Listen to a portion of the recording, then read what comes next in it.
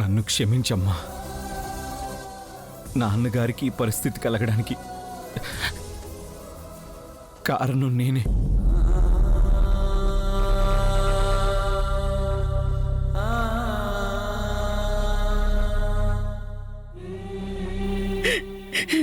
నువ్వేం చేస్తావు నాన్న? ఇదంతా నా తలరాత. ఆయనకి మారక దశ దగ్గర పడుతుందని గురువుగారు ముందే చెప్పారు. ఎవ్వరు ఎన్ని చెప్పినా కారణం మాత్రం నేనే అమ్మా. నాకు బాధ్యతలు ఇవ్వాలనుకున్నారు. సరైన వారసుడిగా అన్ని అర్హతలు ఉన్నాయనుకున్నారమ్మా. కానీ లేవని తెలిసి తట్టుకోలేకపోయారమ్మా. నీకు అర్హత లేకపోవడం ఏంటి? లేదిందు,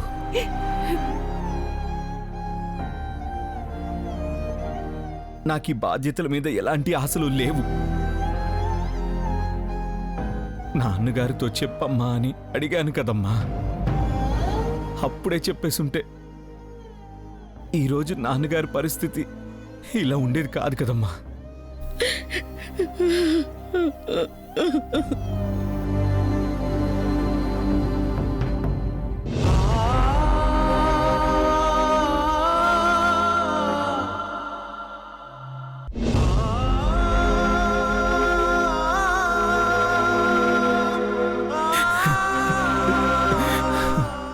మీరే తప్పు చేయలేదు.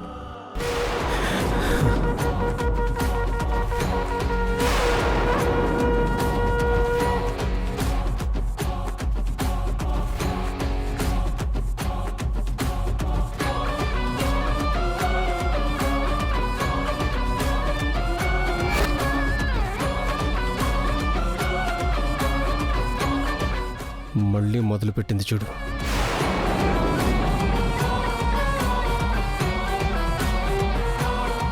మీరు తప్పు చేశారని మావయ్య గారు అస్సలు అనుకోవడం లేదు. మీకు బాధ్యతలు అప్పగించినందుకు చాలా సంతోషంగా ఉన్నారు.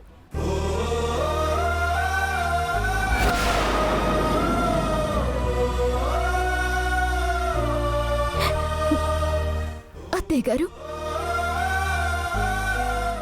మావయ్యకి ఏం కాదు. ఆయన నిలబెట్టాల్సిన బాధ్యతలు ఇంకా చాలానే ఉన్నాయి. ఆయన క్షేమంగా తిరిగొస్తారు. ఏ ఆపో.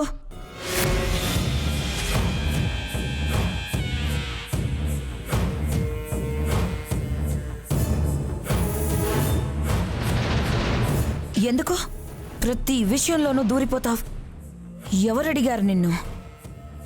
మా కుటుంబానికి సంబంధించిన విషయాల్లో నీ జోక్యం ఏంటి? తను మన కుటుంబమే ఊర్మిళ. ఎప్పుడైతే నాన్నగారు తనని మన ఇంటికి తీసుకొచ్చారో అప్పుడే తను మన ఇంటి సభ్యురాలైంది.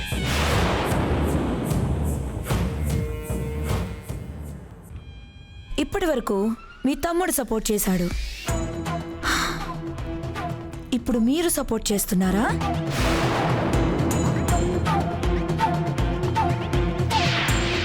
మీ అన్న తమ్ముళ్ళిద్దరికీ భార్యల కన్నా పరాయి స్త్రీలని సపోర్ట్ చేయడం బాగా అలవాటు అనుకుంటా.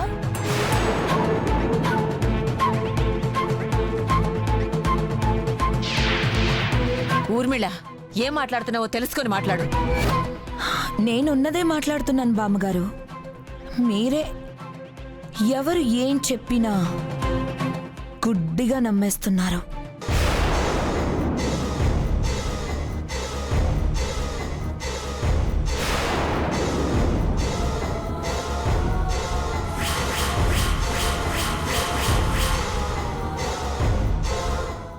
ఏమన్నా? దేవాంశ్ తప్పు చేశారని మావయ్య గారు అస్సలు అనుకోవడం లేదా? బాధ్యతలు అప్పగించినందుకు చాలా సంతోషంగా ఉన్నారా? ఏదో మావయ్య గారే పర్సనల్గా పిలిచి చెప్పినట్టు మాట్లాడుతున్నావేంటి నువ్వు? చెప్పారు. ఇప్పుడే లోపలికి వెళ్ళి మావయ్య గారితో మాట్లాడేసి వస్తున్నాను.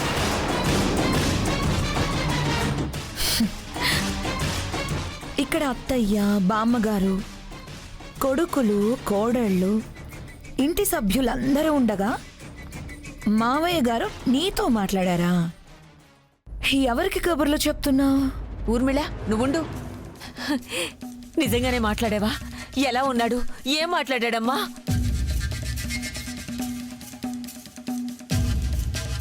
ఏమీ మాట్లాడలేదు బామ్మగారు.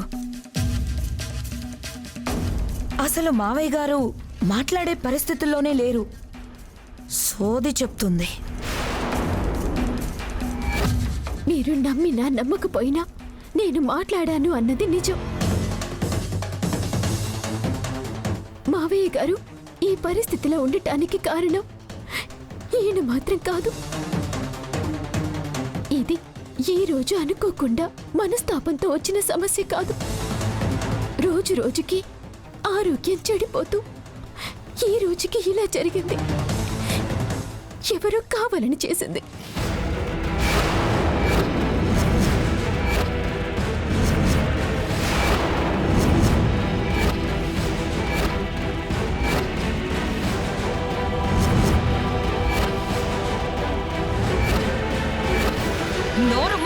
నోరు ముయ్యి.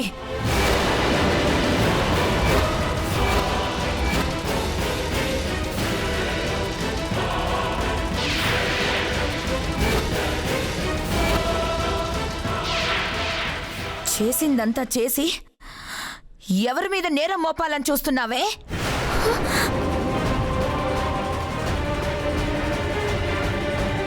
ఏం మాట్లాడుతున్నావమ్మా? నా కూతురు ఏదో చేయటం ఏంటి?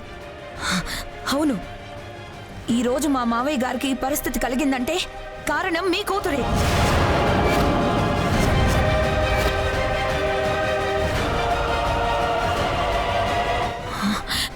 ఎంతో సంతోషంగా ఉండే మా కుటుంబం ఏ ముహూర్తాన మీ కూతురు పాదం పెట్టిందో గాని అప్పట్నుంచి అతలకుతలం అయిపోయింది. ఇంట్లో మనశ్శాంతి అనేదే లేకుండా పోయింది. ఊర్మిళ మాట్లాడనివ్వండి బామ్మగారు, మాట్లాడనివ్వండి.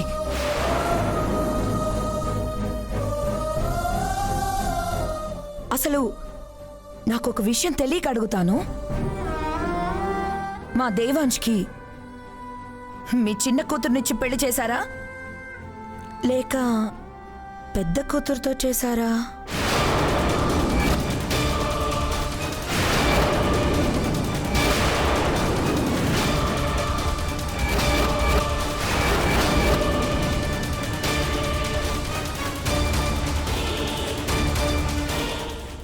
ఎందుకంటే ఇక్కడ ఎవ్వరికీ సియా దేవాంశ్ భార్యలా కనిపించడం లేదు.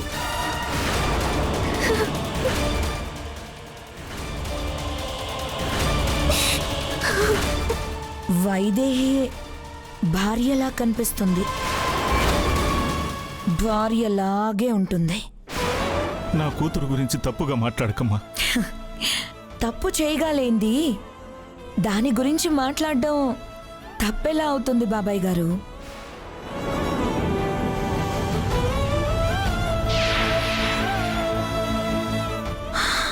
దేవాంశ్ బాధలో తనే, సంతోషంలోనూ తనే, ఓదార్పులో తనే, సేవలో తనే. భార్యలా కాదు, అంతకు మించి సాన్నిహిత్యం చూసి తట్టుకోలేక మా మావయ్య గారు ఇలా అయిపోయారు.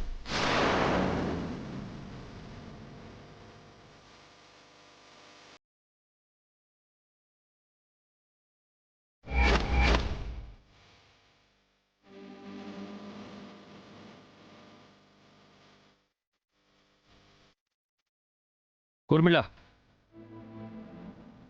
నువ్వు చాలా తప్పుగా ఆలోచిస్తున్నావు.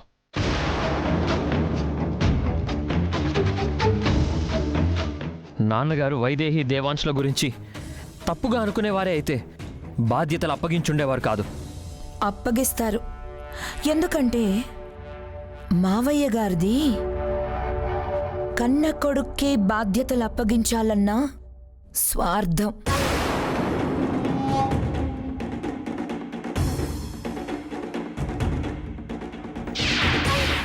ఏం మాట్లాడుతున్నావు? నా కొడుకు స్వార్థపరుడంటావా? అసలు వాడి గురించి నీకేం తెలుసు? ఏమీ తెలియక్కర్లేదు బామ్మగారు. ఏ కన్న తండ్రైనా తన కొడుకు విషయంలో స్వార్థంగానే ఆలోచిస్తాడు. అందుకు మావయ్య గారు ఏమీ మినహాయింపు కాదు.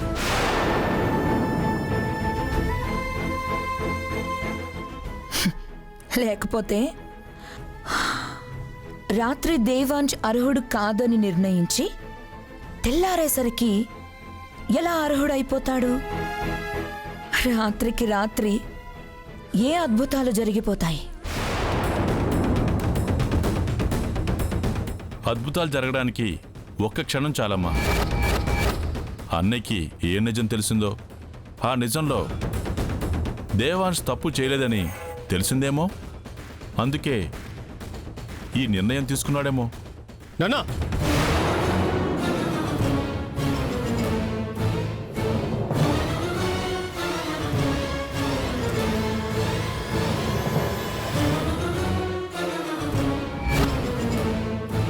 నాన్న, ఒకవేళ పెద్దనాన్నకి అలాంటిది ఏదైనా నిజం తెలుసుంటే మీకు తెలుసుంటుంది కదా.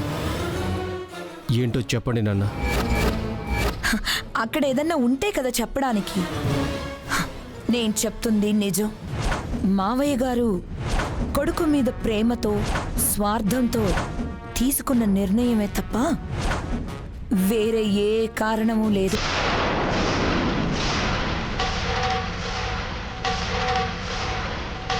ఇచ్చిన మాటకి కట్టుబడి నేను నోరు విప్పకపోవడం వల్ల దేవుళ్ళలాంటి మావయ్య గారిని కూడా స్వార్థపరుని చేసి మాట్లాడుతున్నారు. ఎంత బాధ్యతలు అప్పగించినా కొడుకు చేసిన తప్పుని మాత్రం సహించలేకపోయారు. అసలు తప్పు దేవాంశది కూడా కాదు. ఇదిగో ఈ మహాతల్లి వల్లే అంతా.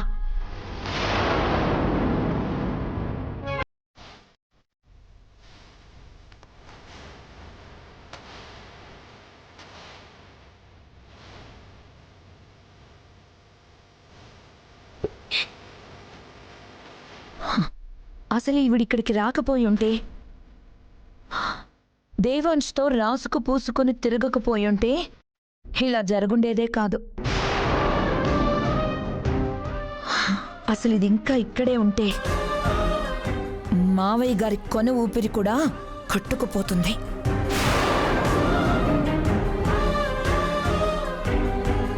ఏ ఇంకా ఇక్కడే ఉన్నావేంటి?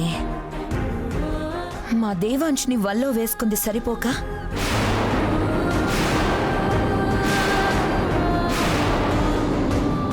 మా అత్తయ్య పసుపు కుంకుమలే లాక్కుపోవాలని చూస్తున్నావా?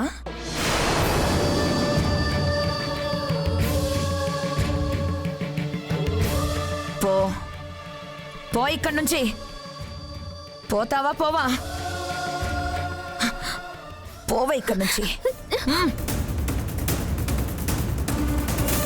నీకే చెప్పేది. పో.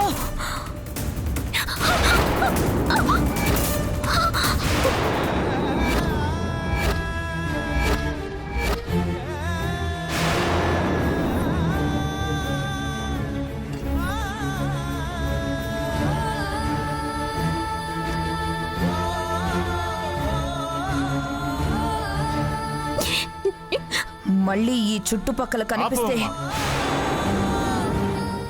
ఇంతసేపు నువ్వేం మాట్లాడుతున్నా? ఇక్కడ ఒక పెద్ద ఆయన పరిస్థితి ఇలా ఉందని భరించా. కానీ ఆణి ఉత్సవం లాంటి నా కూతురు మీద నిందలు వేస్తూ ఉంటానంటే మాత్రం చూస్తూ ఊరుకోను.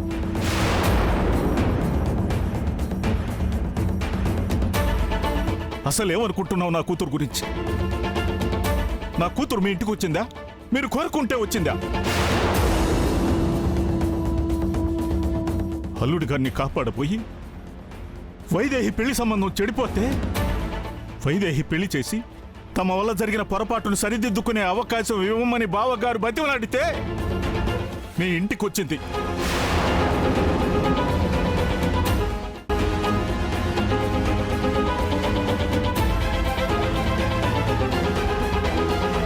అంతేకాని ఏ ఆశతోనో తనంతట తాను రాలేదు.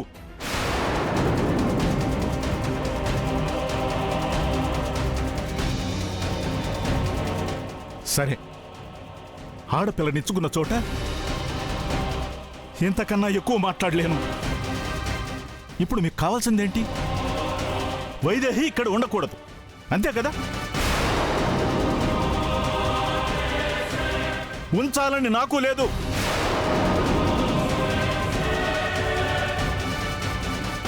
ఇప్పుడే తీసుకెళ్ళిపోతాను. రమ్మా. వైదేహి ఆగమ్మా. వైదేహి ఏ తప్పు చేయలేదు, నేను నమ్ముతున్నాను. మీరెక్కడికి తీసుకువెళ్లాల్సిన అవసరం లేదు.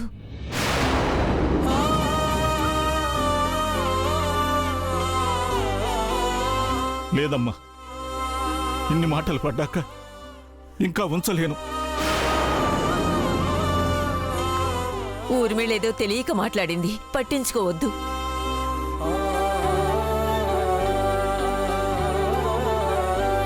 పట్టించుకోకపోవడానికి తనన్నవేవి చిన్న మాటలు కాదమ్మా. మాకు ఆస్తులు అంతస్తులు లేకపోవచ్చు, కానీ ఆడపిల్లల్ని కన్న మహారాజునమ్మా.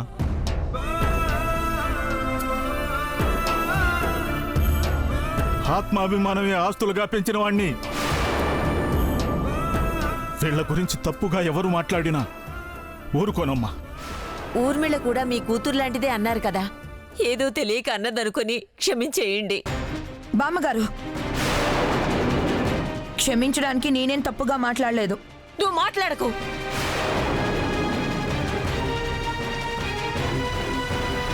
అసలు నా కొడుకు గురించి నీకేం తెలుసు? స్వార్థపరుడు అంటున్నావు. న్యాయం ఒకవైపు, కుటుంబం మరోవైపు పెడితే న్యాయం వైపే మొగ్గు చూపుతాడు. అలాంటి వాడు కొడుకు విషయంలో స్వార్థంగా ఆలోచిస్తాడని ఎలా అనుకుంటున్నావు?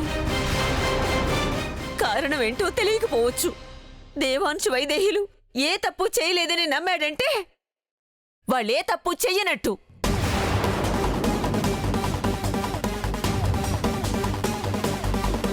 జానకి రామయ్య, నీ కూతురే తప్పు చేయలేదు. నా కొడుకు నీ కూతుర్ని నమ్మాడు.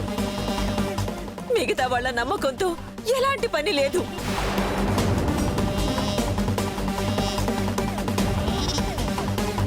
నా కొడుకు నీ కూతురు పెళ్లి చేస్తానన్న బాధ్యతతో తీసుకొచ్చాడు కదా, ఆ బాధ్యత తీరాకే ఇక్కడి నుంచి వెళుతుంది.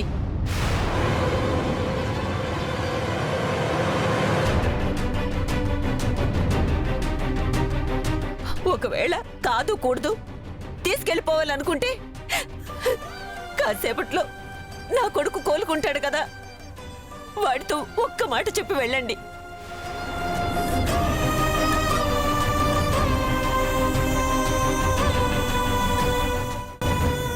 డాక్టర్, ఆయనకి ఎలా ఉంది చెప్పండి. డాక్టర్ గారు చెప్పండి, ఆయనకి ఏం కాలేదన్న శుభవార్త చెప్పండి. మేం చెయ్యాల్సిన ప్రయత్నాలన్నీ చేశాం, కానీ ఆయన ప్రాణాలు మాత్రం కాపాడలేకపోయాం.